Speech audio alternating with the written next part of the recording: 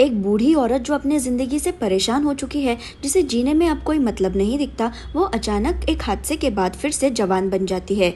इस औरत को फिर से जिंदगी रिस्टार्ट करने का मौका मिल जाता है, उसमें नई उम्मीद जग जाती है। कुछ ऐसी ही है स्टोरी हमारे नए फैंटेसी इमोशनल ड्रामा की, और एपिसोड 1 की शुरुआत में हमें इंट्रोड्यूस किया जाता है हमारे इस ड्रामा के मेन लीड मालसून से, जो 70 इयर्स की है। मालसून किसी सुनसान बिल्डिंग के टॉयलेट में अकेली बैठी होती है और वो बहुत डिस्टर्ब नजर आती है, लेकिन वो क्यों डिस्टर्ब्ड है इसकी वजह हमें नहीं बताई जाती और यहाँ पर ये सीन कट हो जाता है। हमें फिर मालसून की फैमिली से इंट्रोड्यूस किया जाता है। मालसून अपनी बेटी जीसुक, दामाद मिनसोक और पोती हाना के साथ रहती है। मालसून का दामाद मिनसोक एक कोचिंग क्लास चलाता है जिसकी फंडिंग मालसून ने ही की थी, लेकिन हर बार की तरह इस बार भी मिनसोक का ये बिजनेस टिक नहीं पाया। हमें दिखाया जाता है कि मिनसोक बीच रास्ते में चिल्लाकर तमाशा कर रहा होता है, क्योंकि उसी की कोचिंग क्लास में एक टीचर जो काम करती थी उसने खुद के क्लासेस शुरू किए हैं, और उस टीचर ने मिनसोक की कोचिंग में के सारे स्टूडेंट्स को लालच दिखाकर अपने कोचिंग में खींच लिया है। ये टीचर मिनसोक के कोचिंग क्लास के बाहर अपना खुद का बोर्ड लगा रही होती है,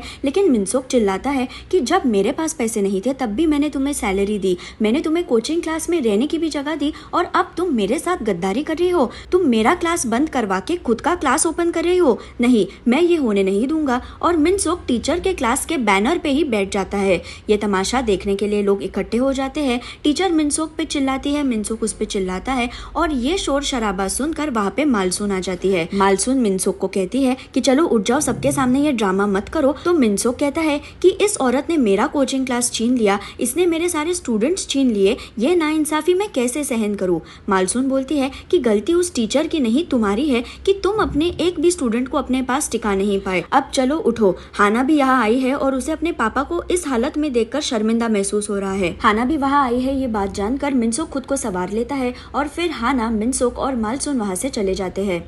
मालसून मिनसोक को कहती है कि मैं समझ सकती हूँ कि तुम्हारे साथ धोखा हुआ है, लेकिन अब तुम जीसुक को क्या बताओगे। पिछले 5 सालों में तुमने 3 अलग अलग बिजनेस शुरू किए हैं और तुमने एक भी बिजनेस से पैसा वापस नहीं लाया है। हाना भी कहती है कि हाँ पापा, अब कोचिंग क्लास बंद हो गया है, तो अब मम्मी को क्या बताओगे। मिनसोक स्ट्रेस में आकर अपनी सास मालसून के सामने झुक जाता है और कहता है कि मम्मी जी, कोचिंग बंद हो गया है, ये बात प्लीज जीसुक को मत बताओ, वो बहुत नाराज हो जाएगी। आपने जितने भी पैसे मुझ में इन्वेस्ट किए हैं वो सब मैं आपको वापस कर दूंगा। मालसून कहती है कि मेरी बेचारी बेटी 20 सालों से दिन रात काम कर रही है और तुम एक भी बिजनेस संभाल नहीं पाते। ठीक है, मैं अभी जीसू को कुछ नहीं बताऊंगी, तुम्हें मुझे मेरे पैसे वापस देने की भी कोई जरूरत नहीं है, लेकिन सिर्फ अपना टैक्स तुम टाइम पे भर दो। मिनसोक खुश होकर जोर जोर से मालसून को थैंक यू बोल रहा होता है, जब अचानक से पीछे से किसी की आवाज आती है कि किस बात के लिए तुम मम्मी को थैंक यू बोल रहे हो। मालसून, मिनसोक और हाना पलट कर देखते हैं और वहाँ खड़ी होती है जीसुक। जीसुक को देखते ही ये तीनों घबरा जाते हैं और वो कोई ना कोई बहाना बनाकर वहाँ से भाग जाते हैं। अगले सीन में फिर हमें दिखाया जाता है कि कोरिया की एक बड़ी एंटरटेनमेंट कंपनी जिसका नाम है उनिस एंटरटेनमेंट, उन्होंने एक पार्टी रखी है ताकि वो अपने नए आइडल गर्ल ग्रुप के लिए कोई इन्वेस्टर ढूंढ सके। उनिस एंटरटेनमेंट की बॉस का नाम है एशिम, और एशिम पहले एक सिंगर हुआ करती थी। ये कैरेक्टर हमारे आगे की स्टोरी के लिए इम्पोर्टेंट है। एनीवेज, उनिस एंटरटेनमेंट के बॉय ग्रुप को बहुत अच्छा रिस्पॉन्स मिला होता है, उन्हें बहुत फैंस मिले होते हैं, और इस सब का क्रेडिट डैनियल को जाता है जो इस ड्रामा का मेन लीड है।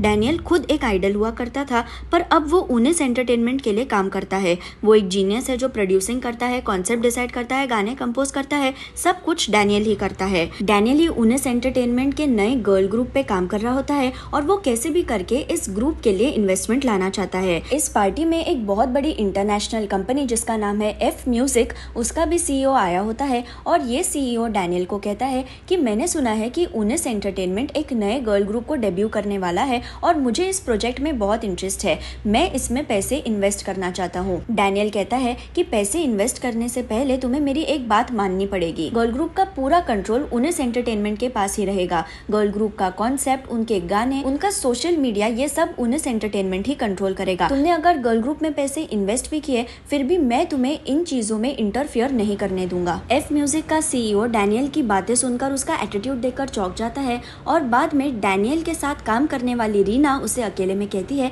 कि तुमने सीईओ से ऐसी बात क्यों की? हमें एफ म्यूजिक जैसे इतनी बड़ी कंपनी से अच्छी फंडिंग मिल सकती है, ये कंपनी हमारे गर्ल ग्रुप में पैसे लगाने के लिए तैयार है, तो हमें उनकी बातें माननी चाहिए, लेकिन तुम जाकर उस सीईओ के सामने अपनी खुद की डिमांड्स रख रहे हो कि तुम गर्ल ग्रुप को कंट्रोल करना चाहते हो। डैनियल बोलता है कि अगर मैंने एफ म्यूजिक के सीईओ को गर्ल ग्रुप का पूरा कंट्रोल दे दिया तो वो मुझे कचरे की तरह ट्रीट करेंगे और मेरे पास कोई गारंटी नहीं होगी कि हमारा गर्ल ग्रुप प्रोजेक्ट सक्सेसफुल होगा या नहीं। देखो, ये मेरा उनेस एंटरटेनमेंट के साथ आखिरी प्रोजेक्ट है, ये गर्ल ग्रुप होने के बाद मैं कंपनी छोड़कर जाने वाला हूँ। रीना हैरान होकर पूछती है कि तुम कंपनी छोड़कर जाने वाले हो, ये किसने डिसाइड किया? क्या एशिम को इस बारे में पता है? डैनियल कहता है कि एशिम कभी भी अपने शब्द से पीछे नहीं हटेगी। मैंने एक बार गर्ल ग्रुप को बिलबोर्ड तक पहुंचा दिया तो मेरा काम खत्म, फिर मैं इस जाल से निकलकर अपनी जिंदगी जीऊंगा। यहाँ अगली सुबह उनेस एंटरटेनमेंट के ऑफिस में बवाल मचा होता है क्योंकि गर्ल ग्रुप प्रोजेक्ट में की एक मेंबर एमिली, जो इस ग्रुप की सेंटर होने वाली है, वो अचानक गायब हो गई है। ऑफिस में काम करने वाले लोग डैनियल को इस बारे में बताते हैं और डैनियल जल्दी से ऑफिस के लिए निकलता है।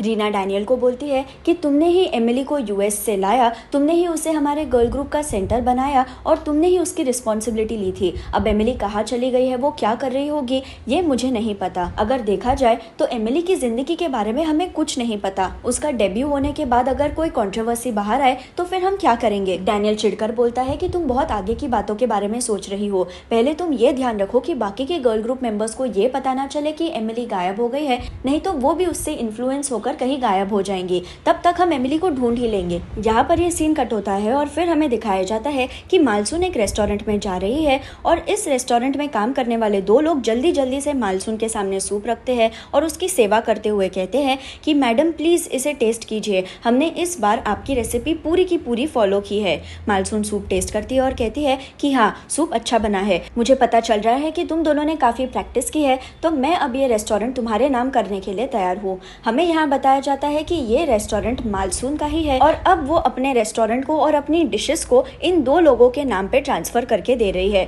आदमी खुश होकर कहते हैं कि सच मैडम, आप सच में हम पे इतना विश्वास कर रही है? अगर आपने रेस्टोरेंट हमें बेच दिया तो आपके दामाद मिन्सो का क्या होगा? उसका कोई भी बिजनेस ठीक से नहीं चलता, इसलिए उसकी भी नजर इस रेस्टोरेंट पे है। वो कभी कभी रेस्टोरेंट में आके हमारी तरफ बेवजह घूरता रहता है। मालसून नाराज होकर कहती है कि मिन्सो को कोई इंटरेस्ट नहीं है रेस्टोरेंट में, और अगर तुम दोनों ने मेरे रेस्टोरेंट को ठीक से नहीं संभाला तो मैं फिर से इस रेस्टोरेंट को अपने नाम पे कर लूंगी, समझे? मालसून फिर रेस्टोरेंट से निकलती है और खुद से बड़बड़ाती है कि ये दोनों मेरे दामाद मिन्सो के बारे में बुराई करने वाले कौन होते हैं।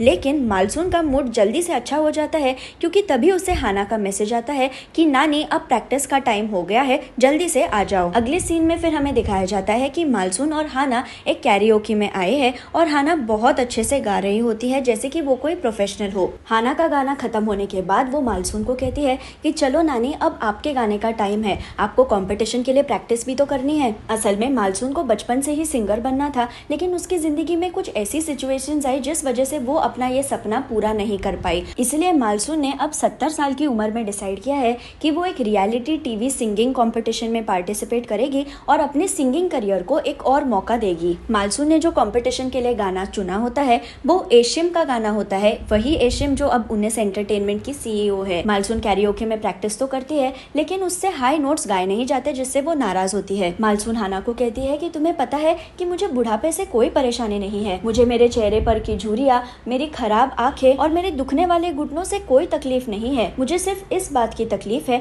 कि मैं पहले जैसे गाना नहीं गा सकती। मेरी जवानी में मैं कोई भी गाना आसानी से गा सकती थी, मेरे लिए हाई नोट्स गाना बहुत ईजी था, लेकिन अब मैं सिंपल गाने भी नहीं गा सकती, इसी बात का मुझे दुख है। यहाँ उनेस एंटरटेनमेंट के ऑफिस में रीना गर्ल ग्रुप प्रोजेक्ट के मेंबर्स को पूछती है कि क्या तुम्हें सच में नहीं पता कि एमिली को क्या हुआ है और वो कहाँ गई है? एक लड़की बताती है कि उसने एमिली को डॉक्टर से फोन पे बात करते हुए सुना और एमिली डॉक्टर को बता रही थी कि कैसे उसके पीरियड्स रेगुलर नहीं है। दूसरी लड़की कहती है कि हाँ, एमिली की कंडीशन अच्छी नहीं थी, वो ठीक से गा नहीं पा रही थी और उसके वजह से हम सब का परफॉर्मेंस खराब हो रहा था। तीसरी लड़की कहती है कि शायद अपनी खराब हेल्थ के वजह से ही एमिली फिर से यूएस चली गई होगी, हमें इसके अलावा और कुछ नहीं पता। उसी वक्त वहाँ पे डैनियल आकर कहता है कि तुम लोग चाहते हो कि एमिली यूएस वापस चली जाए, लेकिन एमिली यूएस नहीं गई है क्योंकि अभी भी उसका पासपोर्ट यहीं पे है। अगर वो सच में अपनी ट्रेनिंग छोड़कर चली जाना चाहती थी तो वो अपना पासपोर्ट लेकर जाती। अभी तक एमिली को कोई ढूंढ नहीं पाया होता है, इसलिए डैनियल बाद में एमिली को मैसेज करता है कि अगर तुम इस गर्ल ग्रुप प्रोजेक्ट का हिस्सा नहीं बनना चाहती